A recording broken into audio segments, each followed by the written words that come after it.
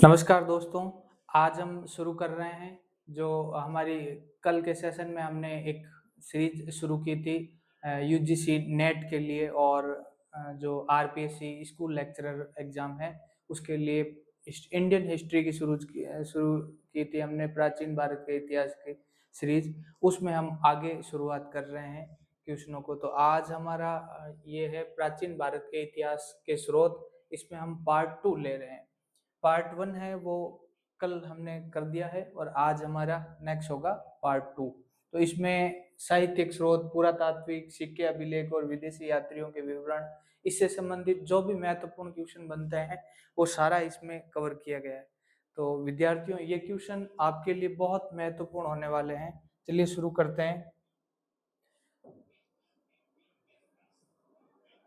यहाँ पर first question दे रखा है, रामायण के संदर्भ में कौन से कथन सत्य है।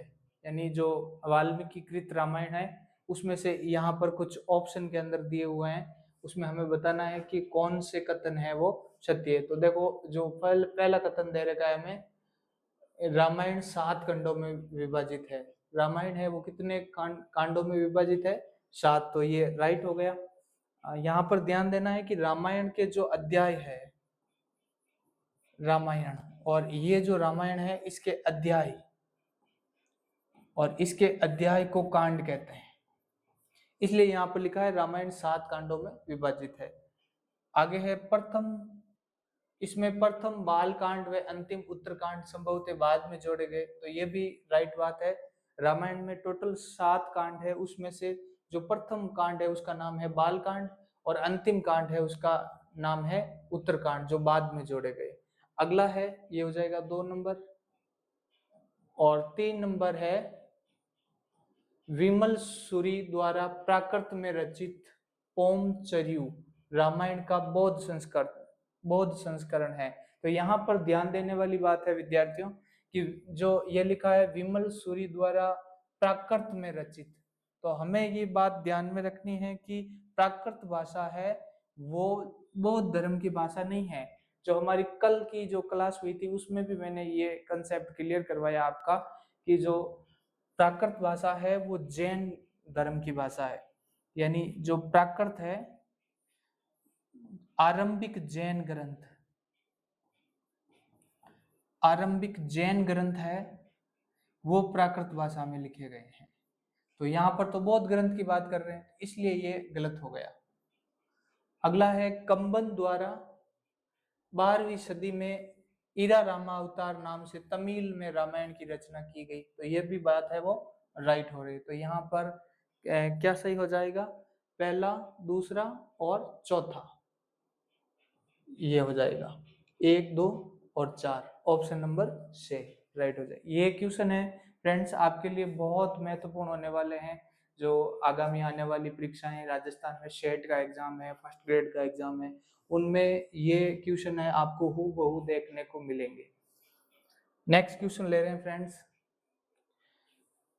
कौन सा कथन सत्य नहीं है। यानी इनमें से देखकर बताना है कि कौन सा कथन है जो गलत है। पहला लिखा हुआ है त्रिपिटक पाली, चीन और तिब्बती संस्करणों में पाली संस्करण सबसे पुराना है। तो ये बात राइट है। त्रिपिटक बौद्ध धर्म के ग्रंथ है और बौद्ध धर्म के ग्रंथों में जो आरंभिक ग्रंथ है वो पाली भाषा में लिखे गए। उसके बाद में चीनी भाषा में भी अनुवाद हुआ है, तिब्बती में भी संस्करण आए, लेकिन सबसे पुराना है वो पाली का। तो ये सही हो गया। अगला दे रखा है त्रिपिटक, इसमें बताया गया है कि त्रिपिटक कौन से होते हैं। एक तो होता है सूत पिटक, दूसरा होता है विनय पिटक और फिर तीसरा है अभिधम पिटक। ये 3 प्रकार के बौद्ध धर्म में पिटक है, त्रिपिटक कहा जाता है। कल भी इसका क्वेश्चन लिया था। त्रिपिटक का अर्थ होता है 3 टोकरियां। तो यहाँ पर ये भी ऑप्शन है वो राइट हो जाएगा। अगला है त्रिपिटकों को पुनः उपखंडों में बांटा गया है जिन्हें दमपद कहा गया है। तो यहाँ पर ये गलत हो रहा है। त्रिपिटकों को आगे जो विभाजन किया गया है वो दमपद नहीं कहा गया, इनको निकाय कहा गया है। इनको क्या कहा गया विद्यार्थियों? निकाय, ध्यान रखना।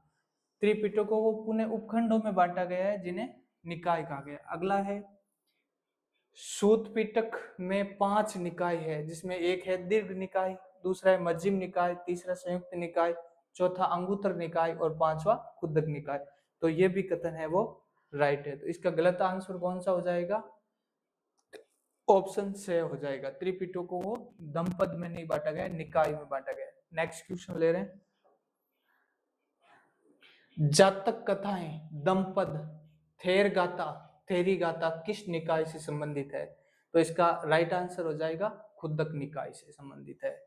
सूत पिटक के अंदर आता है और खुदक निकाय है, और खुदक निकाय में जातक की कथा है। तो इनके बारे में थोड़ी सी चर्चा कर लेते हैं कि ये क्या क्या है और किसके बारे में है। तो सबसे पहले हम बात करते हैं जातक की कथाएं। जातक कथाएं यानी जातक कथाएं महात्मा बुद्ध के पुनर्जन्म की कहानियां हैं, और ये कब लिखी गई? पाली भाषा में 1000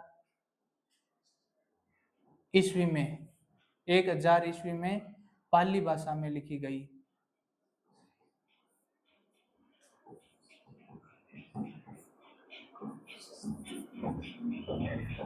पाली भाषा में लिखी गई महात्मा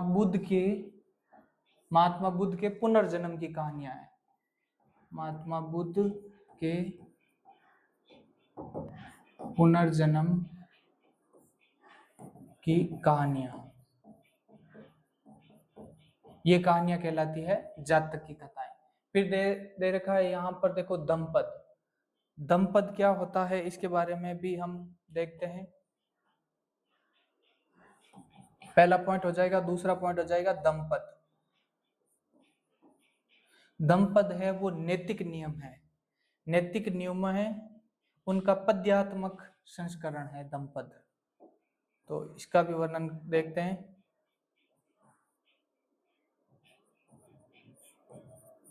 नैतिक नियमों का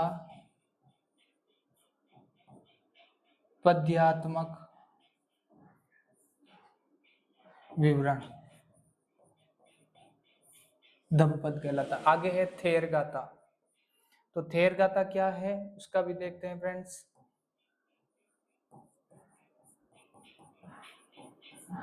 थेर गाथा का मतलब है कि ये भी बौद्ध धर्म से संबंधित है, सूत पिटक के खुदक निकाय में है। इसमें जो भिक्षु है उन भिक्षुओं द्वारा रचित गीत है वो थेर गाथा है।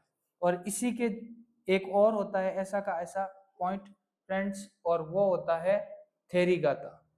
थेर गाथा और एक होता है थेरी गाथा।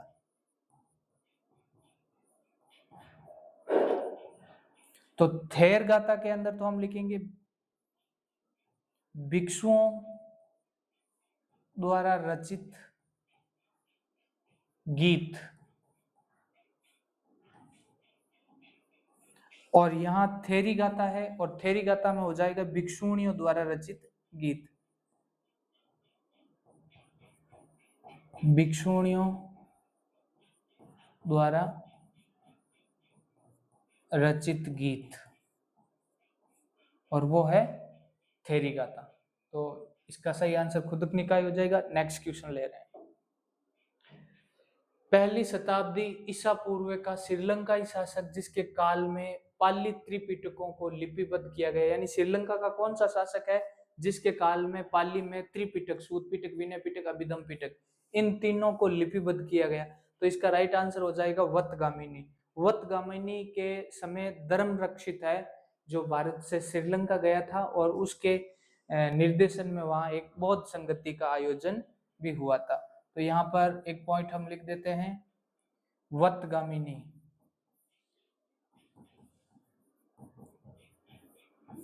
के काल में धर्म रक्षित ये प्रचारक है जो भारत से गया है, बौद्ध धर्म का प्रचार करने के लिए श्रीलंका गया है। धर्म रक्षित के निर्देशन में एक बौद्ध सभा का आयोजन हुआ।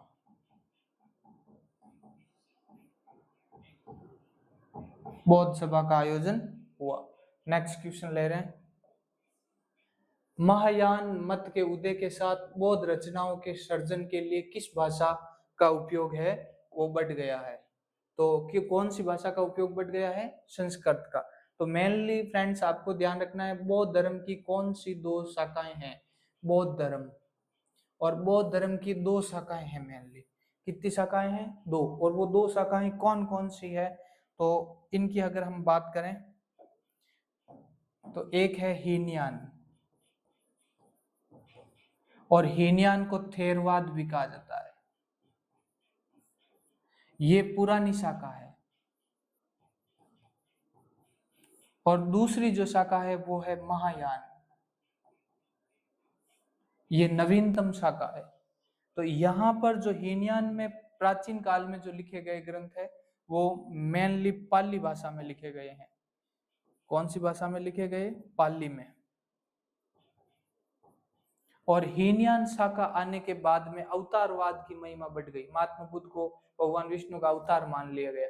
तो उस समय यहाँ पर जो ग्रंथ लिखे गए हैं वो संस्कृत भाषा में ज्यादातर लिखे गए हैं, इसलिए बौद्ध धर्म पर संस्कृत भाषा का प्रभाव ज्यादा आ गया। तो इसका राइट आंसर हो जाएगा महायान बौद्ध मत के उदय के साथ में संस्कृत भाषा। नेक्स्ट क्वेश्चन ले रहे हैं फ्रेंड्स, ऋग्वेद के संबंध में कथनों पर विचार कीजिए।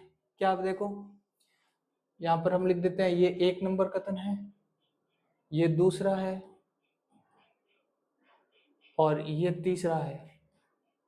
तो देखो सबसे पहले लिखा है ऋग्वेद के 2 से 7 मंडल सबसे प्राचीन माने जाते हैं। इसकी चर्चा हमने कल की थी। कल हमारे वीडियो में हमने ये कहा था कि 2 से लेकर 7 तक के जो मंडल है वो वंश मंडल, ऋषि मंडल या गोत्र मंडल के नाम से जाने जाते हैं, जो सबसे प्राचीन है। पहला और 10वां है जो सबसे नवीन माना जाता है। टोटल ऋग्वेद के अंदर 10 मंडल है। तो दूसरी बात यहाँ पर बताई है 2 से 7 मंडलों को वंश मंडल कहा जाता है, ये भी राइट है। कल के सवाल, कल की सेशन में हमारे ये क्वेश्चन कंप्लीट हो गया था। अगला है 2 से 7 मंडलों के मंत्र अग्नि की स्तुति से शुरू होते हैं, ये भी राइट बात है। सबसे पहले अग्नि की स्तुति होती है, उसके बाद में इंद्र की होती है। तो यहाँ पर तीनों ही है ऑप्शन वो राइट हो रहे हैं, यहाँ पर हो जाएगा से 1 2 3 राइट है। वापस बात कर लेते हैं ऋग्वेद की। तो जो कल हमने चर्चा की थी कल के वीडियो में, उसमें ऋग्वेद और टोटल मंडल की बात की तो मंडल हो गए 10 मंडल की बात की थी। और प्रत्येक मंडल का एक ऋषि है जो उसका रचनाकार माना जाता है, उसकी भी हमने कल के सेशन में चर्चा की थी। तो इस प्रकार के क्वेश्चन कई बार फर्स्ट ग्रेड में राजस्थान में देखने को मिलते हैं, नेट की परीक्षाओं में भी मिलते हैं। तो आप इन प्रश्नों को अगर नोट्स बना सकते हैं साथ साथ में, तो आपके लिए ये बहुत महत्वपूर्ण होने वाला है। नेक्स्ट क्वेश्चन ले रहे हैं फ्रेंड्स, आगे फिर वेदों के ऊपर सवाल आया है। शुक्ल यजुर्वेद को वाजस्नेयी संहिता भी कहा जाता है, बिल्कुल राइट बात है। यानी यजुर्वेद है, ये यजुर्वेद, ये मेनली 2 भागों में डिवाइडेड है। इसको मुख्यतः 2 भागों में विभाजित किया गया है, जिसमें एक है शुक्ल यजुर्वेद, शुक्ल यजुर्वेद, और दूसरा है कृष्ण यजुर्वेद।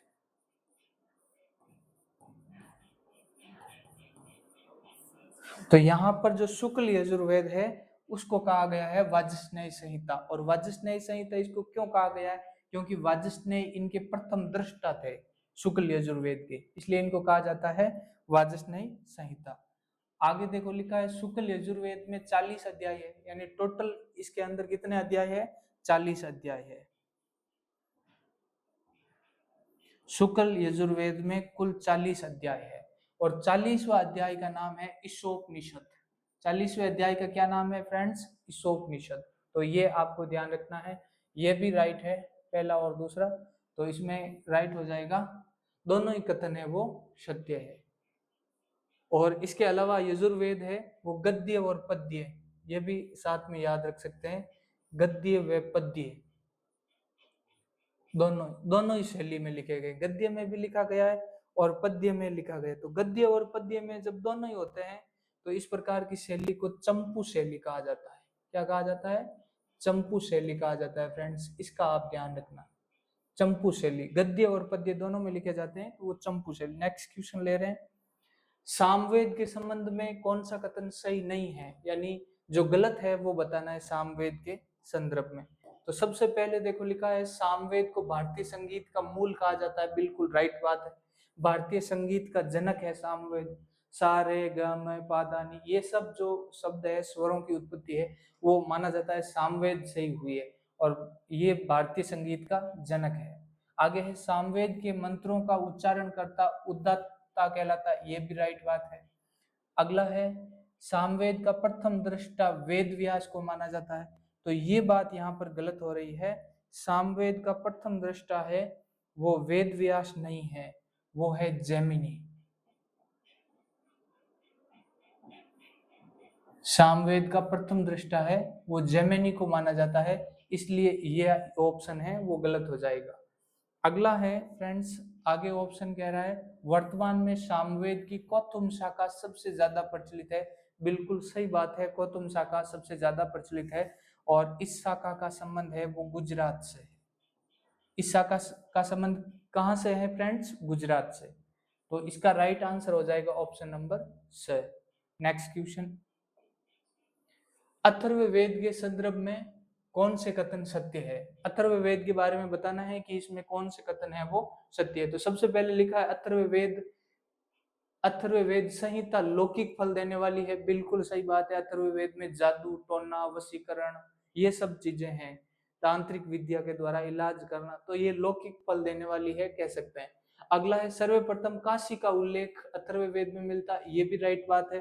काशी यानी वाराणसी जो उत्तर प्रदेश में है, वरुणा और अस्सी नदियों के किनारे, तो ये इसका भी उल्लेख अथर्ववेद में। आगे है इसके प्रथम दृष्टा, आगे लिखा है इसके प्रथम दृष्टा अंगिरस ऋषि, अंगिरस ऋषि है उनको माना जाता है, तो यहाँ पर ये गलत हो रहा है। और आगे लिखा है द्वितीय दृष्टा अथर्व ऋषि है, तो ये उल्टा लिख दिया है। जो प्रथम दृष्टा है वो अथर्व ऋषि है और द्वितीय दृष्टा है वो अंगिरस ऋषि, इसलिए इसे अथर्व अंगिरस वेद भी कहा जाता है। ये बात राइट है, लेकिन ये उल्टा लिख दिया, इसलिए ये ऑप्शन गलत हो जाएगा। तो इसमें राइट आंसर हो जाएगा केवल 1 और 2। अथर्व वेद है जो सबसे बाद का वेद है चारों वेदों में। नेक्स्ट क्वेश्चन ले रहे हैं, भारतीय उपमहाद्वीप में प्राचीनतम सिक्कों को क्या कहा जाता है? ये क्वेश्चन भी कल के सेशन में हुआ है। प्राचीनतम सिक्कों को आहत सिक्के कहा जाता है। प्राचीनतम सिक्कों को क्या कहा जाता है? आहत सिक्के। देखो आहत सिक्कों का फिर हम ले लेते हैं क्वेश्चन। आहत सिक्के, आहत सिक्कों का क्या क्वेश्चन बनता है? इन सिक्कों को किस प्रकार से बनाया जाता है? यानी जो धातु के सिक्के होते थे उसके ऊपर चोट मारी जाती थी गहरी, और उस चोट मारने की वजह से उसके ऊपर निशान पड़ जाते थे। तो चोट मारने को क्या कहते हैं? आहत पहुंचाना, इसलिए सिक्के का नाम दे दिया आहत सिक्के। और सबसे बात हम करते हैं कि ये सिक्के कौन सी धातु के बने होते थे, तो मुख्यतः ये दो धातुओं के मिले। एक तो हमें कुछ सिक्के चांदी के भी मिले हैं और कुछ सिक्के हमें तांबे के भी मिले हैं। तो आहत सिक्के हैं मुख्यतः तांबे के बनाए जाते थे या फिर चांदी के बनाए जाते थे। इसके अलावा इन सिक्कों को पंचमारक सिक्के भी कहा जाता है, एंड ये ध्यान रखना है, पंचमारक, पंचमारक सिक्का, पंचमारक सिक्के ये भी कहा जाता है। और ये कहने वाले कौन थे? James Prinsep. यानी ये बात किसने बोली है? जेम्स प्रिंसेप ने बोली है भाई। ईस्ट इंडिया कंपनी के एक अधिकारी है और पुरातत्वविद भी रहे हैं ये, आर्कियोलॉजिस्ट जेम्स प्रिंसेप। इन्होंने 1835 में आहत सिक्कों को पंचमारक नाम दिया, पंचमारक सिक्के। इसके अलावा इनको कांसार्पण भी कहा जाता है, इसके अलावा इन सिक्कों को कांसार्पण भी कहा जाता है।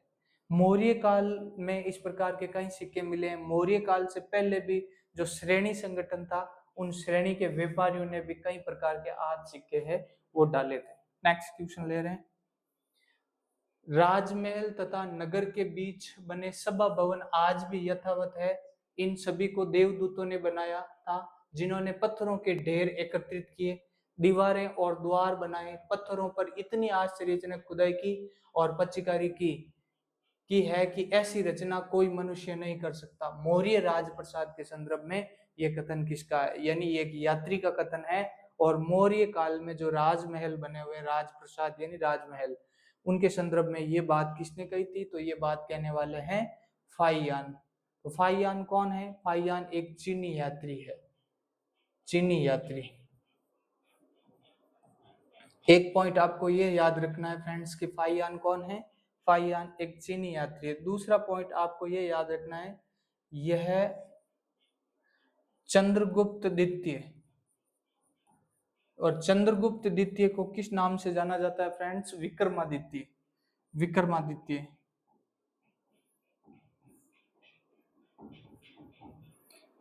विक्रमादित्य के काल में भारत आया, काल में भारत आया। विक्रमादित्य के काल में ये भारत आया था, तो इसका ये ध्यान रखेंगे। हैनसांग है, ये भी एक प्रकार का चीनी यात्री है, इसे तीर्थ यात्रियों का राजकुमार कहा जाता है। इति सिंह ये भी चीनी यात्री है। मातवालिनी, इस प्रकार के कई सारे चीनी यात्री भारत आए थे। अगला क्वेश्चन है, प्राचीन चीनी यात्री भारत का उल्लेख किस नाम से करता है? यिंतु। तो ये सीधा सीधा याद करने वाला है कि चीनी यात्रियों ने भारत के लिए कौन सा नाम दिया था? हिंदू। इस प्रकार के क्वेश्चन नेट में पूछे जा सकते हैं, और नेट का एग्जाम है वो इसी जो अगले महीने जून से शुरू हो जाएगा। तो इस प्रकार के क्वेश्चन आपके लिए बहुत महत्वपूर्ण होने वाले विद्यार्थियों, इनको जरूर आप नोट में लिखना है। अगला क्वेश्चन, कौन सा शासक सिक्कों पर वीणा बजाते हुए चित्रित किया गया? बिल्कुल सरल, सिंपल और कॉमन सवाल पूछा है, जो बार बार परीक्षाओं में पूछा जाने वाला सवाल है। समुद्रगुप्त, समुद्रगुप्त है, इनको वीणा बजाते हुए दर्शाए। इनके कुछ सिक्के मिले हैं, समुद्रगुप्त के कुछ सिक्के मिले हैं, और उन सिक्कों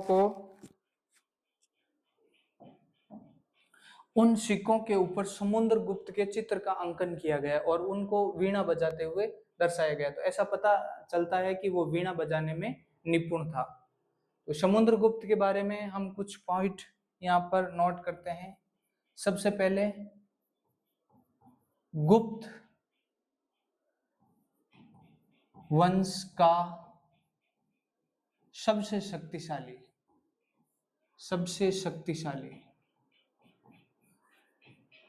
गुप्त वंश का सबसे शक्तिशाली शासक,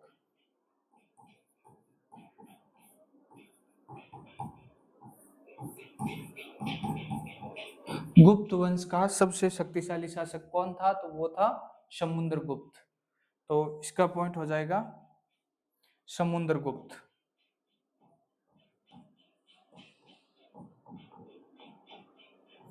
अब देखो, समुद्रगुप्त के बारे में कई प्रकार के सवाल है जो बनते हैं। इसके अलावा समुद्रगुप्त को भारत का नेपोलियन कहा जाता है, भारत का नेपोलियन। भारत का नेपोलियन किसे कहा जाता है फ्रेंड्स? समुद्रगुप्त को कहा जाता है। इसके अलावा देखो, प्रयाग प्रशस्ति, प्रयाग प्रशस्ति का संबंध किससे है? तो वो भी है समुद्रगुप्त से। प्रयाग प्रशस्ति, प्रयाग प्रशस्ति का संबंध भी समुद्रगुप्त से। और इसके रचयिता हम बता देते हैं कि प्रयाग प्रशस्ति की रचना किसने की थी? तो समुद्रगुप्त का एक राजकवि है हरिसेन। इस हरिसेन द्वारा प्रयाग प्रशस्ति की रचना की गई। और इस हरिसेन ने समुद्रगुप्त की तुलना देवताओं से कर दी, जो युद्ध के देवता इंद्र से कर दी, फिर जल के देवता वरुण से कर दी, धन के देवता कुबेर से कर दी, और मृत्यु के देवता यम से कर दी। तो ये सारी की सारी चीजें समुद्रगुप्त की थी। अशोक मौर्य वंश का शासक है, इसमें कोई डाउट नहीं। अशोक के कई प्रकार के क्वेश्चन है, वो हमने कल के सेशन में लिए। चंद्रगुप्त प्रथम गुप्त वंश का प्रथम शासक है, गुप्त वंश का प्रथम महान शासक है, शक्तिशाली शासक है। स्कंदगुप्त, ये भी गुप्त वंश का शासक है। नेक्स्ट क्वेश्चन, जैन धर्म के प्रारंभिक इतिहास का ब्यौरा उपलब्ध करवाने वाली कल्पसूत्र पुस्तक के रचनाकार कौन है? तो इसके रचनाकार है भद्रबाहु। इसकी भी कल के सवाल आया हुआ है सेशन में। नेक्स्ट क्वेश्चन, जैन ग्रंथों के संबंध में कौन सी रचना विवरण सही नहीं है? सबसे पहले लिखा आराचांग सूत्र, जैन भिक्षुओं का आचार नियमों का उल्लेख है, राइट बात है। अगला है भगवती सूत्र, महावीर के जीवन पर प्रकाश डाला गया है, यह भी राइट बात है। आगे है नया धमका, इसमें 24 तीर्थंकरों का विवरण दिया गया है, तो ये बात गलत हो रही है। नया दमका, इसमें महावीर स्वामी की शिक्षाएं हैं। इसके अंदर क्या है? महावीर स्वामी की शिक्षा, महावीर स्वामी की शिक्षाएं इसमें बताई गई है। आगे है उपासक दशाओं, इसमें उपासकों के जीवन संबंधी नियम दिए गए हैं, तो ये भी बात है वो राइट हो रही है। यहाँ पर हमें पूछा गया कौन सा सही नहीं है, गलत कौन सा है, तो इसका राइट आंसर हो जाएगा ऑप्शन नंबर से, नया दमका। नेक्स्ट है कौन सी रचना हरिभद्र सूरी की नहीं है? हरिभद्र सूरी की कौन सी रचना नहीं है? तो सबसे पहले दिया है सम्रादित्य कथा, ये हरिभद्र सूरी की है। दुर्थाख्यान, ये भी हरिभद्र सूरी का है। कथा कोश, ये भी हरिभद्र सूरी का है। और आगे दिया गया है कुवलय माला, तो कुवलय माला है वो हरिभद्र सूरी की नहीं है। कुवलय माला है वो उद्योतन सूरी की है। कुवलय माला उद्योतन सूरी।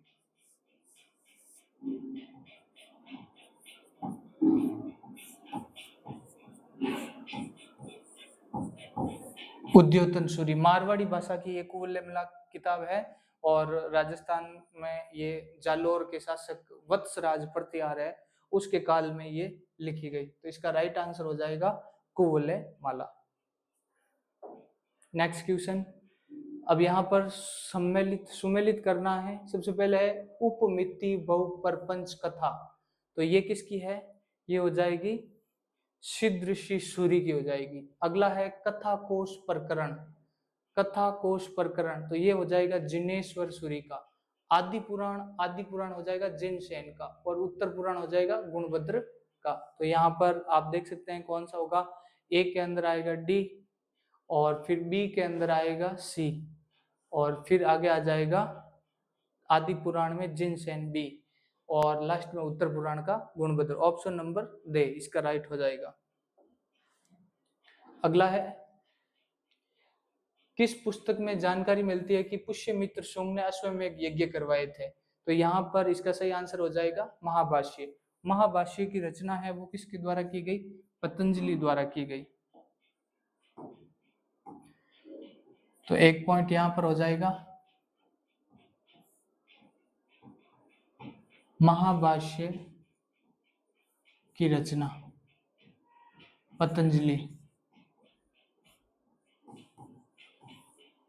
पतंजलि द्वारा की गई। इसके अलावा एक फ्रेंड्स महाभाष्य से संबंधित एक और पॉइंट है, आप याद कर सकते हो कि महाभाष्य है वो पाणिनि की अष्टाध्यायी के ऊपर लिखा गया एक टीका है।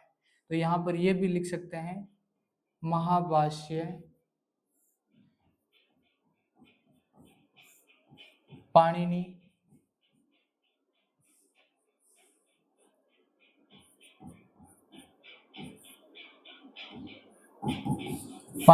की अष्टाध्यायी।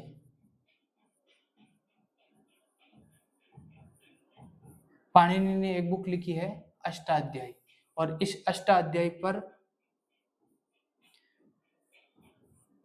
टीका है, यानी इसके ऊपर लिखा गया टीका है, और उस टीके का नाम है महाभाष्य, जिसकी रचना पतंजलि ने की। इसके अलावा देखो एक और पॉइंट भी यहाँ पर हम लिख सकते हैं, इससे संबंधित जो अश्वमेध यज्ञ करवाए थे पुष्यमित्र ने, इसकी पुष्टि हमें अयोध्या अभिलेख से भी होती है।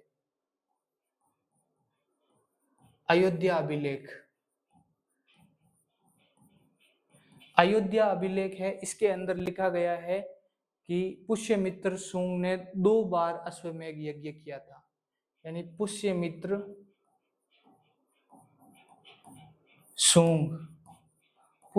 शुंग ने 2 बार अश्वमेध यज्ञ किया।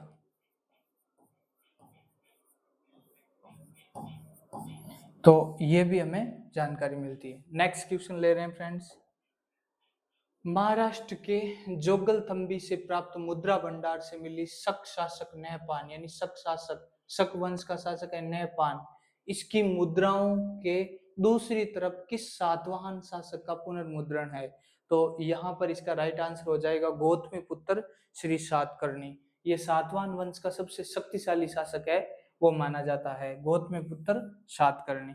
और इसका एक और पॉइंट है, इसने स्वयं को अनूठा ब्राह्मण का और क्षत्रियों के द्रव्य का हनन करने वाला बताया। तो ये भी पॉइंट हम लिख सकते हैं, गौतमीपुत्र सातकर्णी।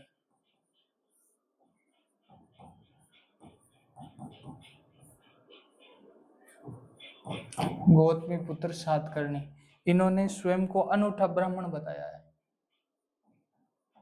इन्होंने स्वयं को अनूठा ब्राह्मण तथा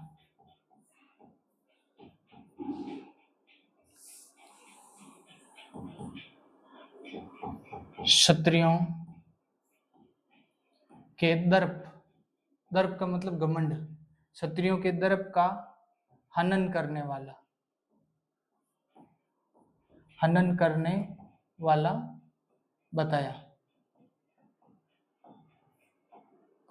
है। तो ये भी पॉइंट है गौतमीपुत्र सातकर्णी का, आप ध्यान रख सकते हैं। इसके अलावा सातवाहन वंश का सबसे प्रसिद्ध शासक, सातवाहन वंश का सबसे प्रसिद्ध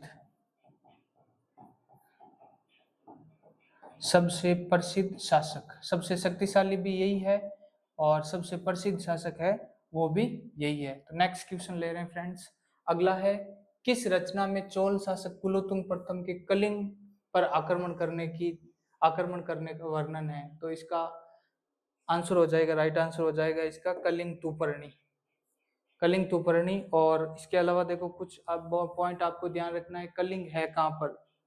तो कलिंग है वो उड़ीसा के अंदर स्थित है, कलिंग है वो इसकी लोकेशन हो जाएगी उड़ीसा। और अगर आपको याद करना है कलिंग की राजधानी क्या थी, कलिंग की राजधानी, तो वो हो जाएगी तोसली। कलिंग की राजधानी क्या थी फ्रेंड्स? तोसली। नेक्स्ट क्वेश्चन, 10वीं सदी के अंत में रचित नीति वाक्यम के लेखक कौन है? तो नीति वाक्यम के लेखक है सोमदेव सूरी। नीति वाक्यम 10वीं सदी में लिखा गया, इसके लेखक है सोमदेव सूरी। हर्षचरित्र के किस अध्याय में विंध्यन के जंगलों में रहने वाले धार्मिक समुदायों का उल्लेख है? तो इसका राइट आंसर हो जाएगा 8वां अध्याय। तो हर्षचरित्र के बारे में क्या है सवाल, वो हम देखते हैं। हर्षचरित्र, और हर्षचरित्र के बारे में सबसे पहले हम ये बात ध्यान में रखेंगे कि हर्षचरित्र की रचना किसने की, लेखक कौन है? तो हर्षचरित्र का लेखक है बाणभट्ट। सबसे पहले तो है लेखक है बाणभट्ट। दूसरी बात हम देखेंगे कुल अध्याय कितने हैं, तो कुल 8 अध्याय है। कुल अध्याय कितने हैं विद्यार्थियों? 8 अध्याय हर्षचरित्र के अंदर है, और बाणभट्ट हर्षचरित्र का लेखक है। और इसमें हर्षवर्धन की जीवनी है, ये भी हम लिख देते हैं। कनौज के शासक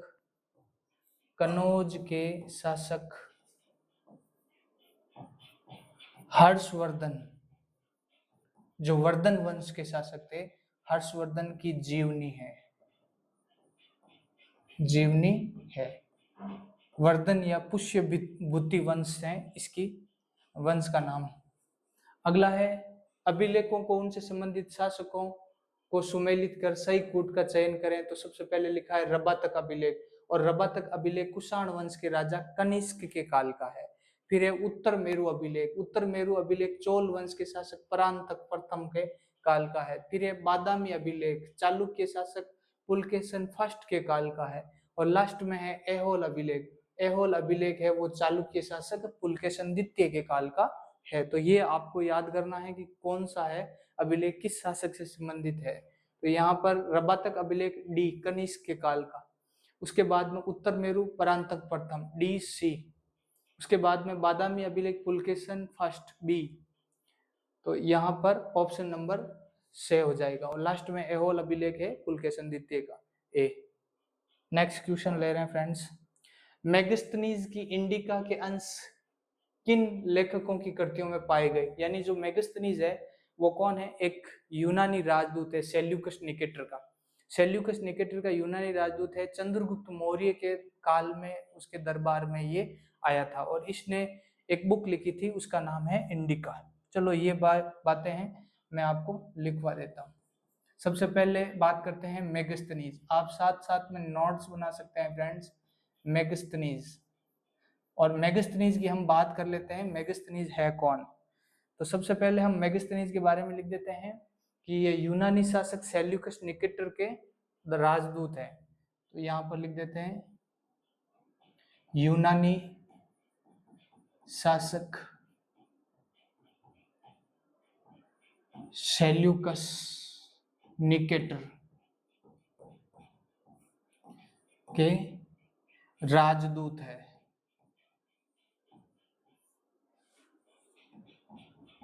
फिर इसका दूसरा पॉइंट हम ये लिख देते हैं, चंद्रगुप्त मौर्य के दरबार में आए। तो दूसरा पॉइंट हो जाएगा चंद्रगुप्त मौर्य के दरबार में आए।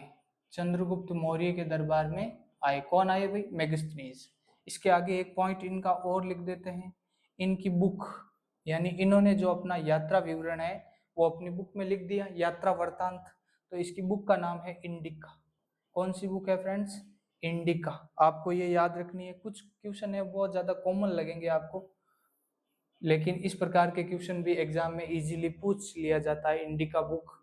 और इसके अलावा हम यहाँ पर बात करते हैं, इस क्वेश्चन की बात कर लेते हैं कि ये जो इंडिका है वो वर्तमान में उपलब्ध नहीं है, यानी ये ग्रंथ है वो विलुप्त हो चुका है।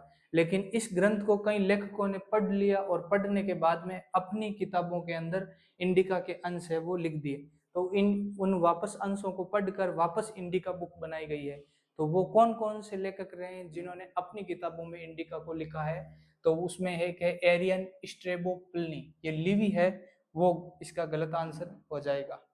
ये लिवी है, ये गलत आंसर हो जाएगा। बाकी एरियन ने भी लिखा है, स्ट्रेबो ने लिखा है, प्लिनी ने भी लिखा है, डायोडोरस ने भी लिखा है।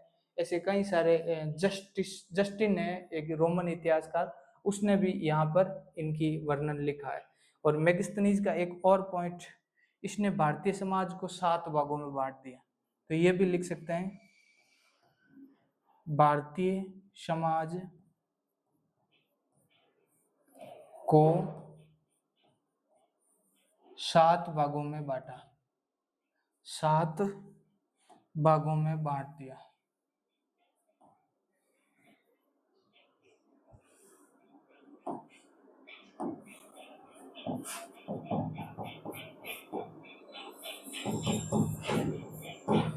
भारतीय समाज को कितने भागों में बांटा है, 7 भागों में। तो इसका राइट आंसर हो जाएगा 1, 2, 3।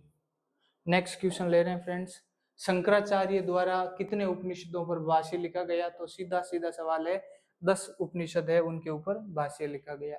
अगला, वेद और वेदांगों के संबंध में कौन सा सुमेलित नहीं है, वेदांग। और वेदांग की चर्चा पहले हमने की है कल के सेशन में, कल वीडियो हुआ था उसमें वेदांग, और टोटल वेदांग है 6। यानी वेदों को समझने के लिए जिन ग्रंथों की रचना हुई उन ग्रंथों को वेदांत कहा गया है। और वेदांत कौन कौन से हैं वो भी हम यहाँ पर देख लेते हैं। सबसे पहले 1 नंबर, और 1 नंबर पर हम लेते हैं शिक्षा, और शिक्षा के बाद में 2 नंबर पर हम लेते हैं शिक्षा कल्प, कल्प के बाद में हम लेते हैं निरुक्त, और निरुक्त के बाद में हम लेते हैं शिक्षा कल्प निरुक्त व्याकरण, और व्याकरण के बाद में हम 5 नंबर पर लेते हैं ज्योतिष, और ज्योतिष के बाद में 6 नंबर पर हम लेते हैं छंद। तो ये 6 प्रकार के हैं वो वेदांग है, वेदों को समझने के लिए इनकी रचना हुई। देखो अब इनके अलग अलग नाम दिए गए हैं, इनके अलग अलग नाम दिए गए हैं। उसकी बात करें, शिक्षा को वेदों की नाक बताया गया है कि भाई ये तो नाक है, इसके बिना तो कुछ नहीं है, ये तो नाक है। और कल्प को हाथ बताया गया है। और निरुक्त है, इसको कान बताया गया है कि ये वेदों के कान है। व्याकरण है, इसको मुख बताया गया है। और ज्योतिष है, इसको आंख बताया गया है कि ये वेदों की आंख है। और छंद है, इनको पैर बताया गया है। तो इस प्रकार से ये कैसा भी सवाल आ जाए विद्यार्थियों तो आप यहाँ पर कर सकते हैं। यहाँ पर पूछा है वेद और वेदांग के संबंध में, तो देखो शिक्षा नाक राइट हो रहा है, कल्प हाथ, कल्प यहाँ पर हाथ, ये भी राइट हो रहा है। व्याकरण मुख राइट हो रहा है। निरुक्त यहाँ पर बताया पैर, जबकि निरुक्त क्या है, कान। तो इसका राइट आंसर हो जाएगा ये, गलत बताना था। नेक्स्ट क्वेश्चन, महाभारत के संबंध में कौन से कथन सत्य है। महाभारत के काफी सारे सवाल है, वो पिछली क्लास में हमने लिए थे। और आज देखो महाभारत 18 पर्व है, बिल्कुल सही है। महाभारत के अंदर टोटल 18 अध्याय है, उसमें अध्याय को पर्वन कहा गया। हिंदी में पर्व कहते हैं, संस्कृत में पर्वन है। अगला है महाभारत का सबसे बड़ा पर्व शांति पर्व है, तो ये 12वां अध्याय है। कौन सा है, 12वां अध्याय, इसका आप ध्यान रखोगे, ये 12वां अध्याय। अगला है भगवत गीता विषम पर्व का भाग है, ये भी राइट बात है। ये 6ठा अध्याय है, जो भगवान श्री कृष्ण ने कृष्ण को उपदेश दिया था अर्जुन को, वो विषम पर्व है और वो 6ठा अध्याय। आगे लिखा है प्रथम पर्व सभा पर्व है, तो ये गलत बात हो गई। प्रथम पर्व है वो सभा पर्व नहीं है, प्रथम पर्व है वो आदि पर्व है, उसको हम कहेंगे आदि पर्व। तो यहाँ पर 1 2 3 सही हो जाएगा। अगला है कौन सी रचना जिमूतवाहन की नहीं है। तो देखो, काल विवेक, व्यवहार मातृका, दाई भाग, ये तीनों ही जिमूतवाहन की है। काव्य प्रकाश है वो जिमूतवाहन की नहीं है, मम्मट की है। ये किसकी है, मम्मट की। मम्मट नाम का इसका लेखक रहा है काव्य प्रकाश का। बाकी जिमूतवाहन की काल विवेक, व्यवहार मातृका, दाई भाग, ये तीनों ही है वो जिमूतवाहन की है। अगला है असत्य देखना है इसमें। नेचुरल हिस्ट्री के लेखक प्लिनी द एल्डर है, बिल्कुल सही बात है। रोमन साम्राज्य के एक इतिहासकार है और इन्होंने एक बुक लिखी है नेचुरल हिस्ट्री। हालांकि ये कभी भारत नहीं आए, फिर भी इन्होंने भारत के इतिहास के बारे में, प्राकृतिक इतिहास के बारे में लिखा है। अगला ऑप्शन क्या है, अपनी भारत यात्रा के दौरान इन्होंने, प्लिनी ने ये पुस्तक लिखी। ये गलत है भाई, क्योंकि प्लिनी कभी भारत नहीं आए अपने जीवन में, तो ये गलत हो गया। अगला है प्लिनी एक रोमन इतिहासकार था, बिल्कुल राइट बात है। इस पुस्तक में कुल 37 अध्याय है, ये भी राइट बात है। नेचुरल हिस्ट्री के अंदर कुल टोटल अध्यायों की संख्या 37 है, बिल्कुल सही बात है ये। तो यहाँ पर गलत हो जाएगा ऑप्शन नंबर बी। किसके आयात में भारतीय धन के अपुए पर मार्को पोलो दुख प्रकट करता है। भाई घोड़े के व्यापार पर, घोड़े के, भारतीय जो घोड़े का आयात होता है उसके ऊपर मार्को पोलो दुख प्रकट करता है। मार्को पोलो के बारे में हम क्या जानते हैं, ये इटली के वेनिस नगर का निवासी है Marco Polo. Marco Polo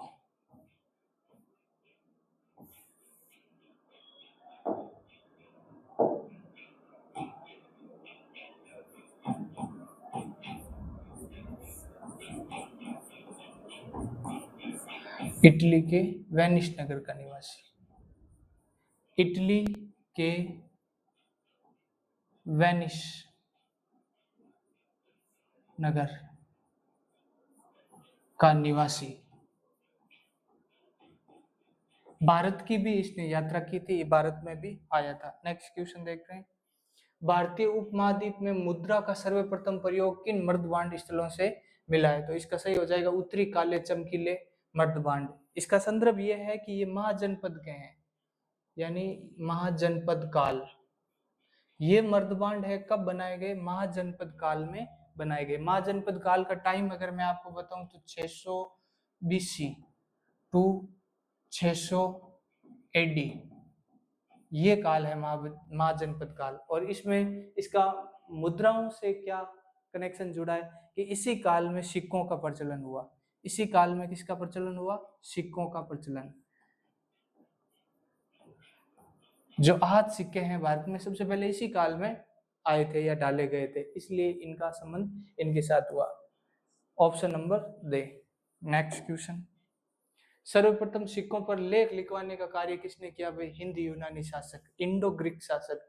Indo Greek का मतलब है हिंद यूनानी शासक। तो इनका लिख देखते हैं कि सर्वप्रथम सर्वप्रथम सोने के सिक्के, सोने के सिक्के, सर्वप्रथम सोने के सिक्के जारी किसने किए? अगर ऐसा सवाल पूछ लिया जाए तो भी हिंद यूनानी शासक या इंडो ग्रीक शासक होगा। नेक्स्ट क्वेश्चन, विश्व के सबसे बड़े स्तूपों में शामिल कौन सा शामिल मौर्यकालीन केसरिया स्तूप किस राज्य में केसरिया स्तूप है? वो बिहार में है, अशोक कालीन है, सम्राट अशोक, अशोक कालीन है, यानी उसके समय ये बनाया गया है। जो संसार का सबसे बड़ा स्तूप है केसरिया स्तूप, इसका ध्यान रखना है, केसरिया स्तूप है वो अशोक कालीन है और बिहार में स्थित है। नेक्स्ट क्वेश्चन देख रहे हैं, भारत का प्राचीनतम संवत कौन सा है? तो कल्ली संवत, इसका आप याद कर लेना, कल्ली संवत है वो भारत का सबसे प्राचीन संवत है। 3102 ईस्वी, ये कली संवत है वो कब प्रारंभ किया गया? 3102 में प्रारंभ किया गया कली संवत।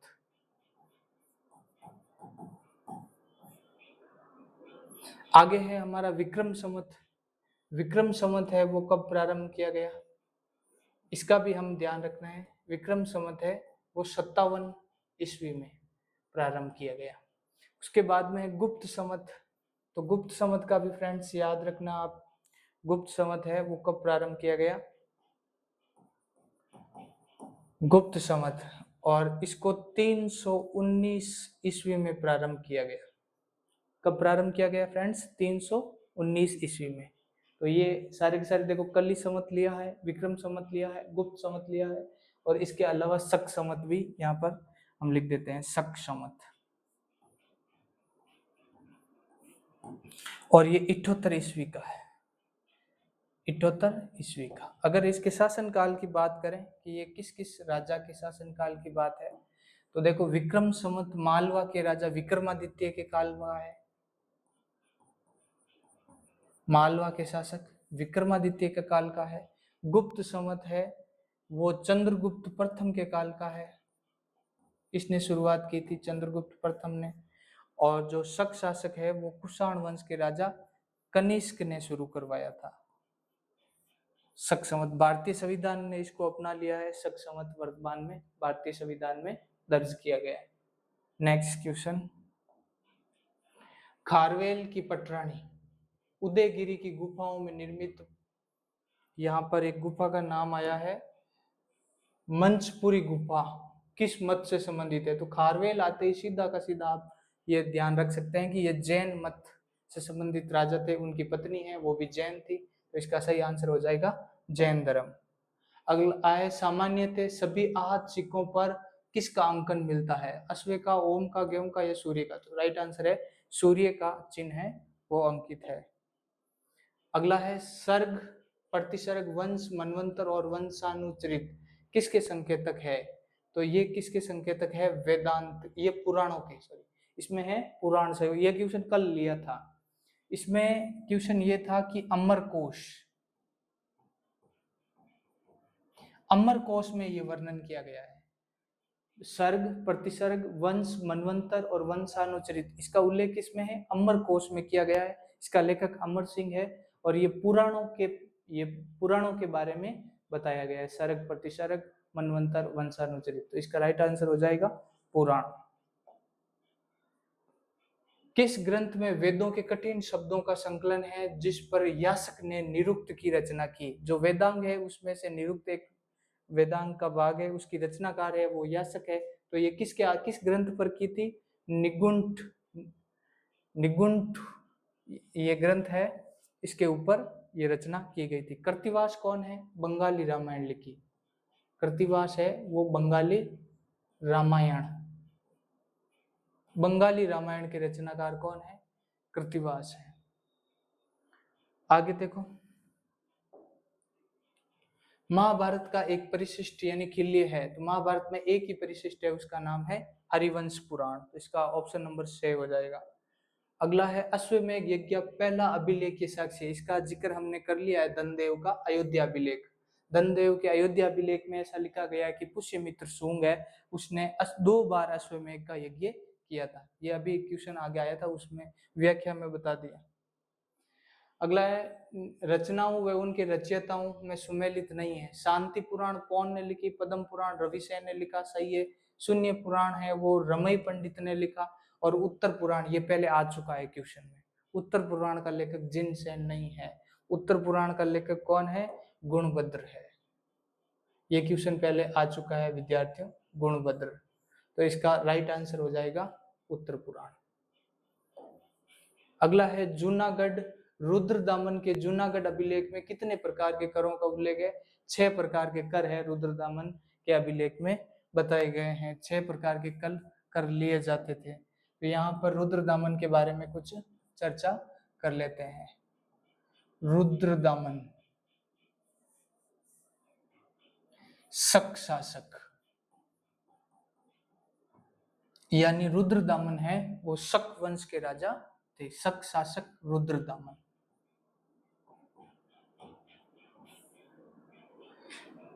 का जूनागढ़ अभिलेख, अभिलेख का नाम है जूनागढ़, और जूनागढ़ गुजरात में है। जूनागढ़ अभिलेख, जूनागढ़ अभिलेख, और ये अभिलेख है वो गुजरात में है।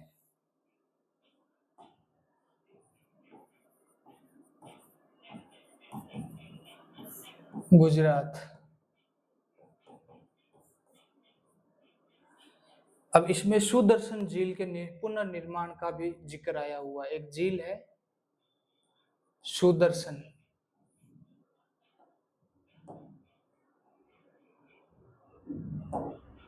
सुदर्शन झील। इस सुदर्शन झील का पुनर्निर्माण, और सुदर्शन झील के पुनर्निर्माण किसने करवाया था? तो रुद्रदामन ने करवाया था। और ये संस्कृत भाषा का सबसे बड़ा अभिलेख माना जाता है। नेक्स्ट क्वेश्चन, रबातक अभिलेख के संबंध में कौन सा कथन सही नहीं है? रबातक अभिलेख कनिष्क वाला अभी क्वेश्चन में आया है। देखो, ये अफगानिस्तान में स्थित एक चट्टान पर उत्कीर्ण है, सही बात है। रबातक अभिलेख है वो अफगानिस्तान में है। ये अभिलेख कनिष्क के शासनकाल का, ये भी राइट बात है, कनिष्क का है ये, कुषाण वंश के राजा। अगला एक इसमें कुषाण वंश के राजाओं की वंशावली दी गई, ये भी राइट है।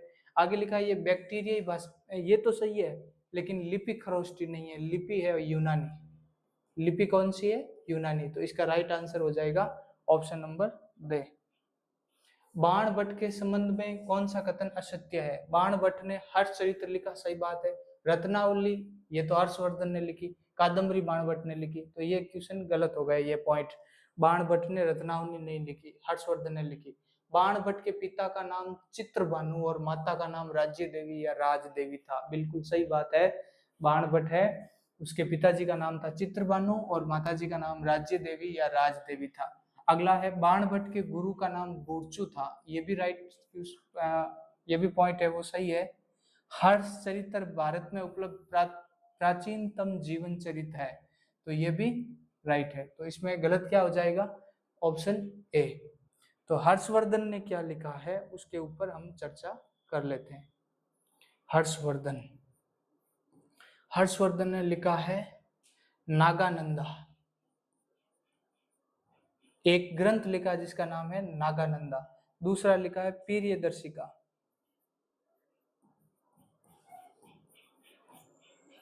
और तीसरा लिखा है ये वाला दिया गया जो रत्नावली। तो ये तीनों ही हर्षवर्धन की रचनाएं हैं, ये तीनों ही रचनाएं हैं वो हर्षवर्धन की है। आप कॉम्पिटिशन एग्जाम के लिए इनको महत्वपूर्ण मानना है, कई बार इसके सवाल पूछ लेते हैं। नेक्स्ट, नंदी कलम कम किस वंश के शासक की प्रशंसा में एक कविता है? तो ये पल्लव वंश के शासक है नंदी वर्मन तृतीय, उनके बारे में लिखा गया है, नंदी वर्मन थर्ड, और ये पल्लव वंश के शासक है। कौन सा है? पल्लव वंश।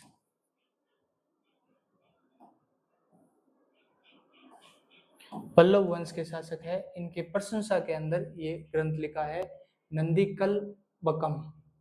नेक्स्ट क्वेश्चन, हस्तिनापुर के संबंध में कौन सा असत्य है? हस्तिनापुर मेरठ जिला उत्तर प्रदेश में, हस्तिनापुर उत्तर प्रदेश के मेरठ जिले में स्थित एक ऐतिहासिक स्थल है, बिल्कुल सही बात है। ये महाभारत कालीन कौरवों और पांडवों की राजधानी रही है। अगला है इसका उत्खनन बीबी लाल ने किया, ये भी राइट बात है। ब्रजबासी लाल ने 1951-52 में इसका उत्खनन किया था। अगला है हस्तिनापुर में 5 सांस्कृतिक स्तर का विन्यास पाए गए, ये भी बात राइट है। उत्खनन आप लिख सकते हो 1951 1952 इस समय ये किया गया बीबी लाल यानी ब्रजबासी लाल द्वारा। और यहाँ पर हमें 5 स्तर मिले। आगे प्रथम स्तर में उत्तरी कृष्ण मार्जित मर्दबांड मिले, ये बात गलत हो रही है। यहाँ पर गेरुए मर्दबांड मिले हैं, गेरुए रंग के मर्दबांड जो प्रथम स्तर है वहां से मिले हैं। तो ये क्वेश्चन है, ये जो पॉइंट है 4 नंबर दे, ये गलत हो रहा है। नेक्स्ट क्वेश्चन, भोज प्रबंध पुस्तक किसके द्वारा लिखी गई? तो भोज प्रबंध लिखने वाले हैं बल्लाल, ऑप्शन नंबर से।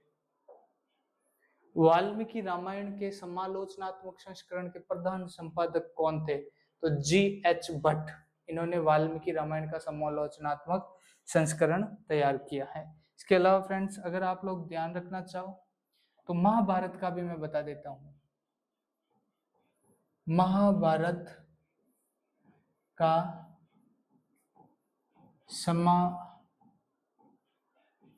समालोचनात्मक संस्करण, और ये तैयार करने वाले थे वी.एस. सुकथांकर, वी.एस. सुकथांकर।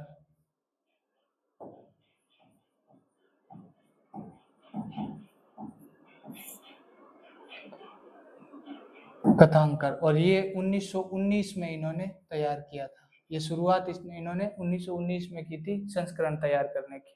तो नेक्स्ट क्वेश्चन ले रहे हैं फ्रेंड्स, महानारायण उपनिषद किसके समापन का अंतिम समापन भाग में सम्मिलित है? तो इसका राइट आंसर हो जाएगा तैत्तिरीय आरण्यक।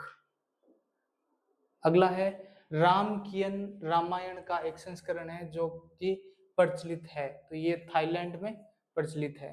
तो फ्रेंड्स हो गए आज के सेशन में। जो आज के सेशन में हमने 50 क्वेश्चन लिए हैं, काफी महत्वपूर्ण है नेट के एग्जाम के लिए, फर्स्ट ग्रेड के एग्जाम के लिए।